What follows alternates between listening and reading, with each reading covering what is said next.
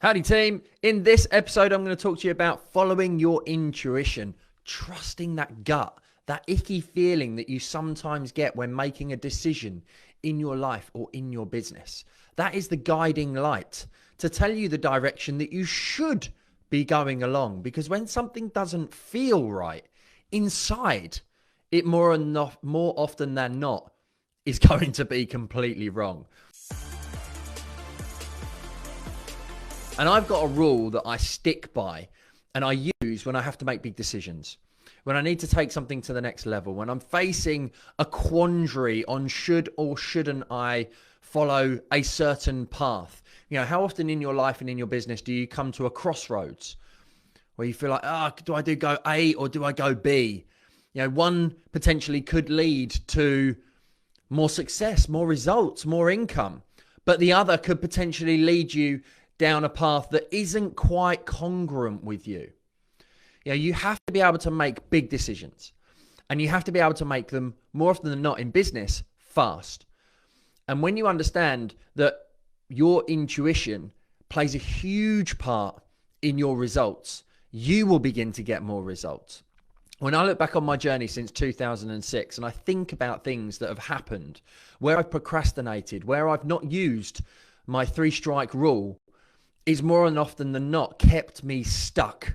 I don't know if you can relate to this in your own business journey, but it's vital that you take control and you listen to, you know, how it actually feels rather than potentially the thoughts inside your head. Yes, you need to apply logic. Yes, you need to think strategically. But if something doesn't feel right, if you can't be consistent, if it's just not going in the way in which you want it to, you have to know when to pull the plug. And this is where I think the 3-strike rule really comes into effect and can really help you get more results. Because when I look back, you know, when I let my best mate buy into my business in 2009 and I bought him out in 2011, thinking about that time, I could feel something wasn't quite right. But there's that thought process, the logical brain, you know, being inside your head that says, oh yeah, but he's my mate.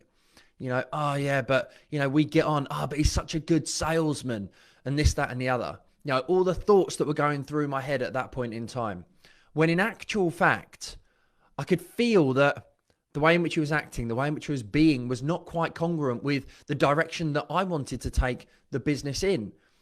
So there's always pros and cons and negatives. But when you wake up or when you have a thought, that's strike number one. If you really think, I need to get rid of that person. I need to do something about this. This person's causing grief on my team. That initial thought is strike one. When you then have the second thought around it, maybe you wake up, and if you've ever felt that anxiety in business when you're going through growth or making a big decision, if you wake up and you think about it immediately, that's almost strike number two. That is strike number two. You know, how often do you say to yourself, I'm going to sleep on it. I'm just going to wait and see, and I'm going to sleep on it. Let's see what happens and the decision's there. When you wake up, it's that snap thought. What's the first thing you think? Is it right or is it wrong? You know, in 3 seconds, if you were to click your fingers, what does your intuition, your gut tell you about the decision that you need to make? And then I always think about, okay, it's definitely playing on my mind. It's definitely something that I need to think about. Who else could I potentially speak to, get a little bit of an external insight and an external viewpoint around the decision that's got to be made? And then if I'm thinking about it still a week later and it's still, you know, pondering around and causing me some anxiety, stress, frustration, a bit of overwhelm, then I have to act on it a week later, 100%. Now, I don't use every decision method using that 3-strike rule because sometimes you just know. You 100% know that it's the best thing to do. But where you're at that crossroads and where you've got big decisions to make or where you feel like something isn't right internally, that's when you can apply the 3-strike rule. Because more often than not, your gut, your intuition, the way in which you're feeling, you feel it inside. You get the nervous butterflies and it just all gives you a twisted stomach and doesn't feel quite right. Well, that's something that's been happening to me really, really recently. I've been podcasting now since March of 2019. My Financial Pro podcast is over 150 episodes, or we're just approaching 150 episodes, and we're over 100,000 downloads now. And that podcast has been happening through the repurposing of content.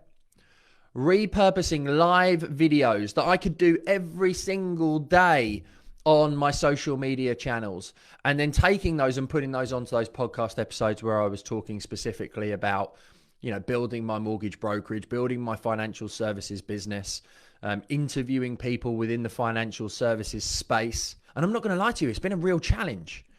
How often have you felt challenged doing something that doesn't feel quite right to you, where you perhaps listen to others and go down a route that isn't quite congruent? Especially when it comes to content marketing. Content marketing shouldn't be hard. Social media is about being social. It's about engaging with your audience. It's about inspiring. It's about having fun, doing content that you really enjoy doing. Because if you enjoy doing the content, then it's going to find the people who enjoy watching it. Does this make sense to you right now? Think about it. I'm having a massive amount of fun creating reels on Instagram. Now, I don't want to be consistent with TikTok. I can't be consistent with TikTok as well as reels. It's tough. It's a challenge to do too many things and spin too many plates at any one point in time, which is why, weirdly, you might think it doesn't sound too difficult, but sitting down and doing a podcast episode and mapping and planning it out actually takes a lot of brain space. And when you don't have brain space, that affects your creativity. So the anxiety that I was feeling over producing some of these proactive podcast episodes was because I was doing it outside of my natural flow, what I naturally feel good at. And you might feel this in your own business and in your own life. You might feel this in your own content marketing. You either do video, you do podcast, or you do written.